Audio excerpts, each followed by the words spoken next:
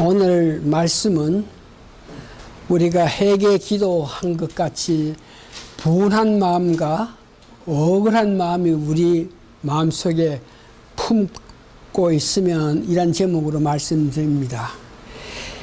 에베소 교회를 향한 사도 바울의 편지 내용을 보면 교회에 부르심을 받은 여러분들이 어떤 뭐든지 하는 일을 잘 해야 되는데 그들이 마음의 분함과 억울함을 잘 관리하지 못해서 교회에 여러 가지 어려움 나타난다 그러면서 한 4가지를 지적하면서 그런 마음의 분함과 억울함이 있을 때에 나타나는 증세를 이렇게 말합니다. 거짓말하게 되고 그 다음에 도둑질도 하게 되고 더러운 말을 하게 되고 악한 말을 하면서 노하는 모습을 나타내기도 하고 욕심에 따라서 자신을 주장하고 내 뜻만 내 주장이 맞다고 나서는 이런 모습이 있는 것인데 이런 것들은 그 마음의 분을 품었기 때문에 사탄이 그것을 알고 유혹함으로 통해서 세상에 나타나는 일이라 그럽니다.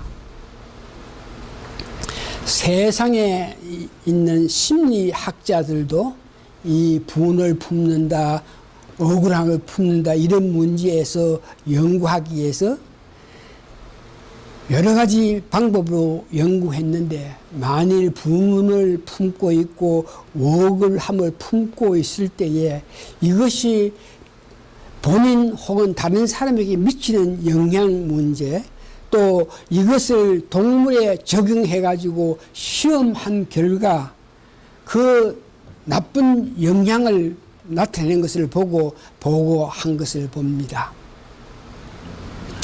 분을 품는다, 억울함을 간직한다 이런 것은 믿음의 성장에 크게 방해되는 것인데 이런 것들을 평소에 우리가 깊게 연구하지 않고 깊게 생각하지 않은 일인데 오늘은 분과 억울함을 어떻게 품게 되고 만일 품고 있을 때에 어떤 인과관계에 어떤 내 자신의 영향을 미치게 되고 그 모든 것을 어떻게 처신할 수 있나 분 갖고 있는 내 마음, 억울함을 갖고 있는 내 마음을 어떻게 처신해야 되는 것을 성경에서 말씀하는데 오늘 이것에 대해서 은혜를 받기를 원합니다. 분을 품는다.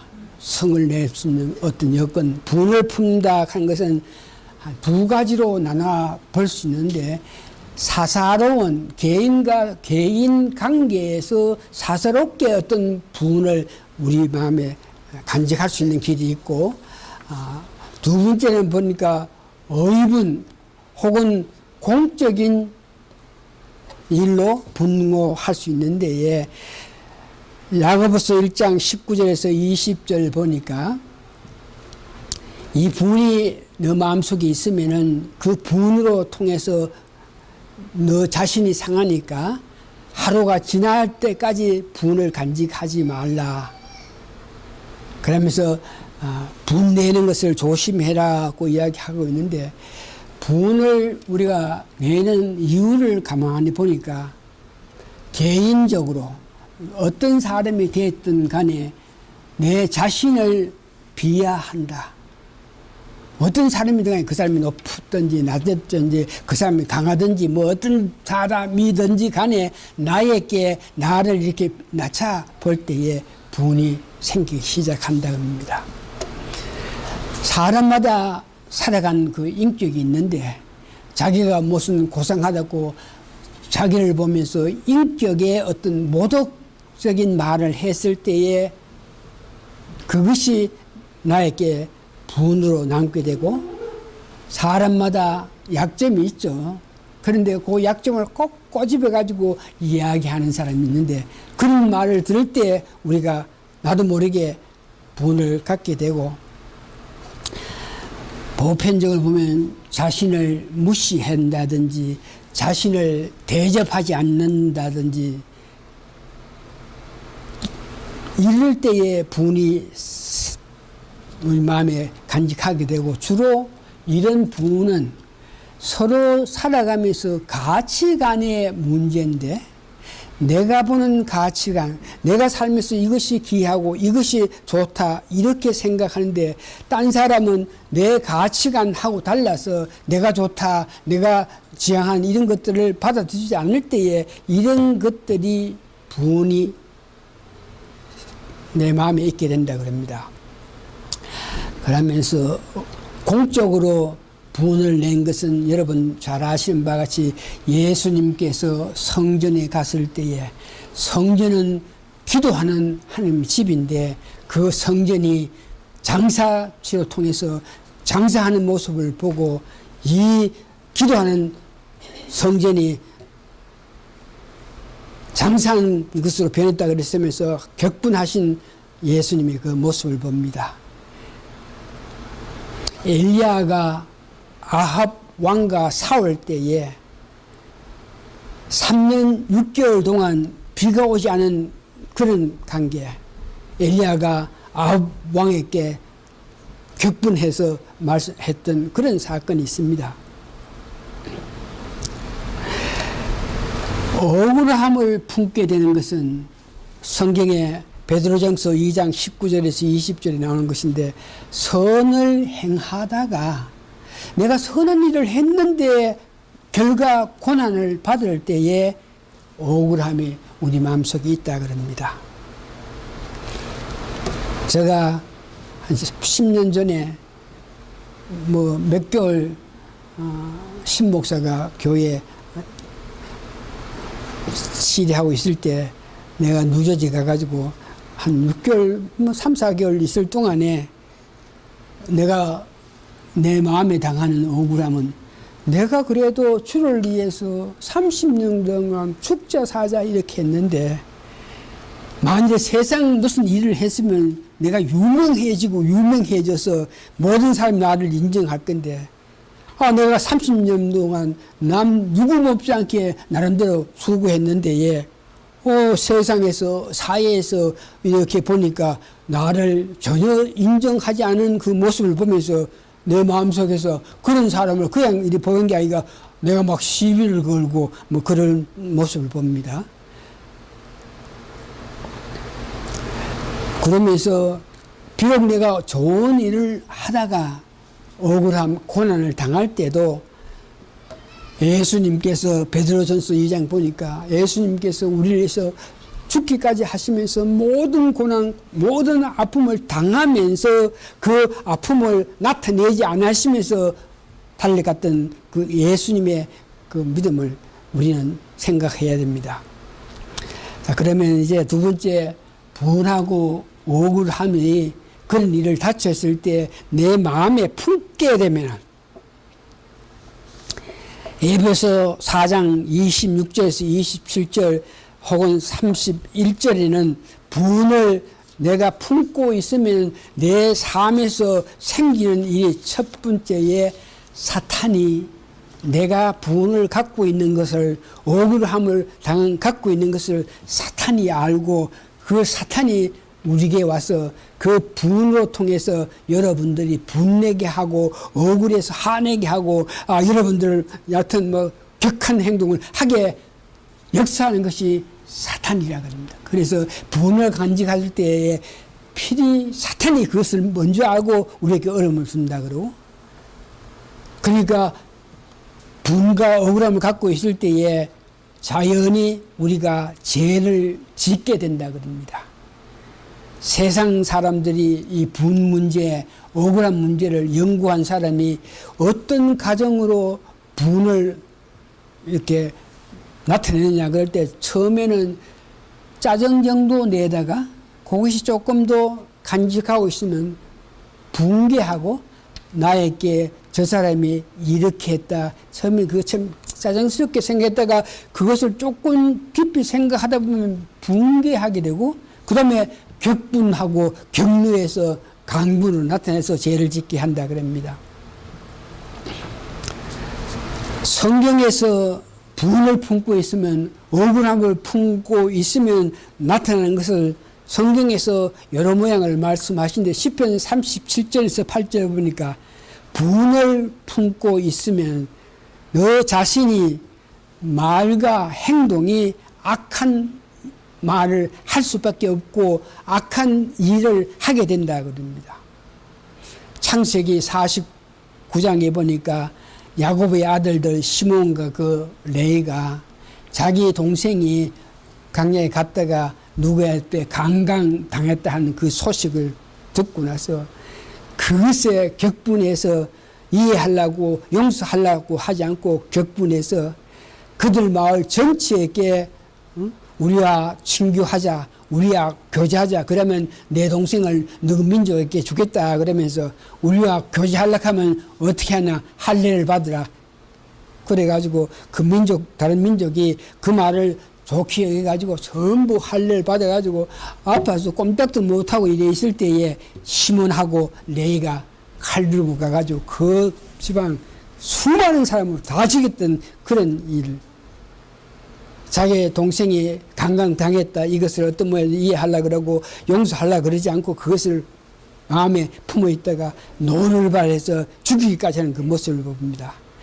욥기에 보니까 분노를 내면 마음이 품었다가 그걸 가지고 분을 내게 되니까 칼로 형벌을 당하게 되고 온갖 안타까움을 당하고 있다 그럽니다. 분을 품고 있다, 억울함을 간직했다. 그것은 그렇게 간직했을 때 성경에서는 네가 분을 간직하고 있으면 하나님 유업을 받지 못한다. 갈라디아서 5장 20절. 골로새서 3장 8절은 분은 옛날 너희들이 믿기 전에 갖고 있던 그런 모습인데 믿고 나서 네 모든 것을 버려야 될 것을 버리지 않을 때에 네게 오는 아픔이 있다 그럽니다. 분에 대한 우리가 만일 분을 품고 있고 억울함을 품고 있을 때 이것에 대해서 사회학자들이 정신과 과학자들이 관심을 가지고 분이 얼마나 우리 사람에게 해롭고 억울함이 해로우니까 그걸 연구하기 위해서 많이 노력했는데 어떤 신경외과 의사들이 연구한 것을 보니까 분이 차이고 화가 났을 때에 우리 마음에 간직했을 때 그때에 그런 상태에서 후 이렇게 입금이 나타내게 되면 그것을 후하고 불었을 때 그것을 과학적으로 이렇게 분석해 보면 색깔이 검은 색깔이 나타나고 고등색 같은 아주 칙칙한 그런 색깔이 나타난다 그럽니다. 그래서 그런 입김을 어떻게 조작해 가지고 지혜 있게 분을 품고 있고 억울함을 품고 있는 그 사람의 입김을 이렇게 멀어가지고 간직했다 그러네. 해가지고 그것을 지혜 있게 투입했더니 그 지혜가 오래 살지 못하고 죽는다 그럽니다. 그런데 분을 품지 아니하고 편안한 가운데 사는 사람들의 그 입김을 어떻게 저장해가지고 그것을 보니까 그 색깔이 푸른색이고 분을 품지 않은 사람이 나타내는 입김은 푸른색이고 희색인데 이것을 또 다른 지혜께 투입했더니 아주 잘 살고 있더라 하면서 연구를 했다 그럽니다. 이 분 문제, 억울한 문제를 품고 있는 것이 얼마나 우리가 해롭고 안타까웠던지 어느 사람이 한 20년 동안 그것을 연구해 봤다 그럽니다. 100명을 200명을 선택해서 100명은 분을 품고 있고 억울해서 삶에서 자꾸 이렇게 말씀 나타내는 100명을 선택해 가지고 그들이 20년 살아가는 것을 보면서 20년 때 됐을 때 분을 품고 있던 사람이 어떻게 됐나 그것을 보니까 100명이 분을 품고 있는 사람이 20년 살아간 연후에 보니까 그 대상자 100명 중에서 50명이 다 죽었다 그러네. 그 다음에 분을 품지 않고 마음의 평화를 갖고 있는 사람들을 100명을 모아가지고 그들 살아가는 것을 20년 동안 봤더니 100명 중에서 5명만 죽고 95명은 살았다. 이맞춤 분을 품고 있다. 억울한 마음속에 간직하면 그것이 참 어렵다 그럽니다.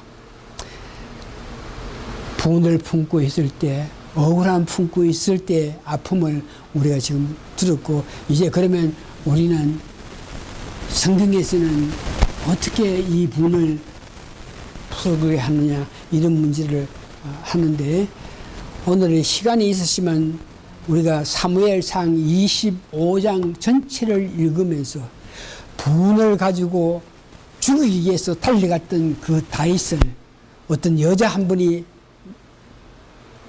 달려와서 그 화가 나서 정말 막 칼을 들고 사람들은 다 죽인다 하고 나서는 그 다윗 앞에 어떤 여인이, 현명한 여인이 나타나가지고 그에게 다윗을 위로하고 다윗을 높이고 모든 것을 자기 잘못을 돌려달라는 그런 말을 해가지고 다윗이 죄를 범하지 않고 한 그런 사건인데, 사무엘상 25장 전체를 읽어보면 여러분 은혜 참 받을 건데, 예, 오늘 집에 돌아가시면 사무엘상 25장 한번 읽어보시기 바랍니다. 내용을 아주 간단하게 이야기하면은, 다윗이 사울이 다윗을 죽인다 그러니까 강야를 도망가면서 한 600명 데리고 일로 절로 도망가지 않습니까? 도망가다가 보니까 어느 지역에 갔을 때에 그 지역에 아주 부자 중에 부자인 나발하는 사람이 양을 치고 뭐 몇천 양을 치고 이런 아주 부잣집 있는 사람들이 사는 그것까지 도망갔어요.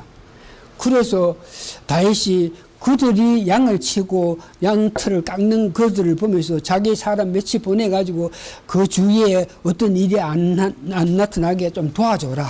그렇게 시키고 해가지고 다윗이 그 부잣집 사람들이 하는 사업에 도움을 줬고 나서 나중에 다윗이 부하들을 보내면서 네가 가서 그 부자 이름은 나발인데 나발한테 가가지고 내가 이렇게 선하게 너희를 대해주고 좋은 날이 왔으니까 우리 애들 지금 잘 먹지 못하고 있는 애들이 많으니까 그들에게 어떤 뭐 선처를 좀 해가지고 뭐 좀 주라고 이렇게 보냈는데, 이 나발하는 사람이 사무엘상 25장 10절에서 11절에 자기에게 도움을 줬고 자기를 보호했고 자기 일꾼들이 일하는 것을 도와주게 한 그 다윗 왕의 그 말에도 불구하고 좀 도와달라 그랬을 때 그 사람이 이렇게 이야기합니다. 다윗은 누구고 이새의 아들이 도대체 누구냐? 오늘날 각기 주인에서 억지로 떠나는 종들이 많더다. 그가 누군지도 모르는데 어디서 왔는지도 모르는데 내가 어떻게 그렇게 내 자녀들을 내 자식들을 위해서 모아놓은 양식을 그렇게 주겠냐? 못 준다. 그런 이야기입니다. 그 이야기를 듣고 나서 다윗은 즉시 600명이 있는 사람 중에 400명한테 칼을 가지라. 200명은 우리 진지에 지키고 400명을 데리고 오늘 당장 그럼 그 식구들 다 안 죽이면 내가 하나님께 벌 중에 벌 받으면서 막 달려오는 것입니다. 달려올 때 그때에 그 나발의 일하는 사람 중에 좀 똑똑한 사람이, 나발의 그 아내는 성경 보니까 아주 현명하고 아주 아름답고 아주 똑똑한 그 아내가 있었다 하네. 그런 나쁜 나발에게 그 아내가 있었는데 그 아내한테 달려가서 당신 남편이 이렇게 못된 짓을 했기 때문에 다윗이 지금 다 죽인다 하고 400명 데리고 오니까 빨리 어떤 대책을 안 채우면 죽습니다. 이런 말을 했을 때 그 나발의 아내가, 그 이름은 아비가일한 아내가 즉시 떡을 만들어라, 뭐 포도주를 담으라, 뭘 해가지고 증거가 있는 거 한 보따리 사가지고 급하게 다윗 왕 오는 길로 쫓아 나갑니다. 나갈 때 다윗 왕은 칼을 들고 막 생생하고 오는데 그 여자가 앞에 와서 다윗 왕에게 엎드리면서 했는 말이 세 가지 방법을 이야기해요. 첫 번째는 분을 내는 다윗 앞에 엎드려서 절하면 그 아름답고 현명한 그는 엎드려서 절하면서 첫 번째는 이 모든 것이 내가 미리 알고 우리 남편을 잘 어떻게 관리해가지고 우리 남편이 그런 못된 짓을 안 하게끔 해야 될 것인데 그걸 못했기 때문에 내가 잘못입니다.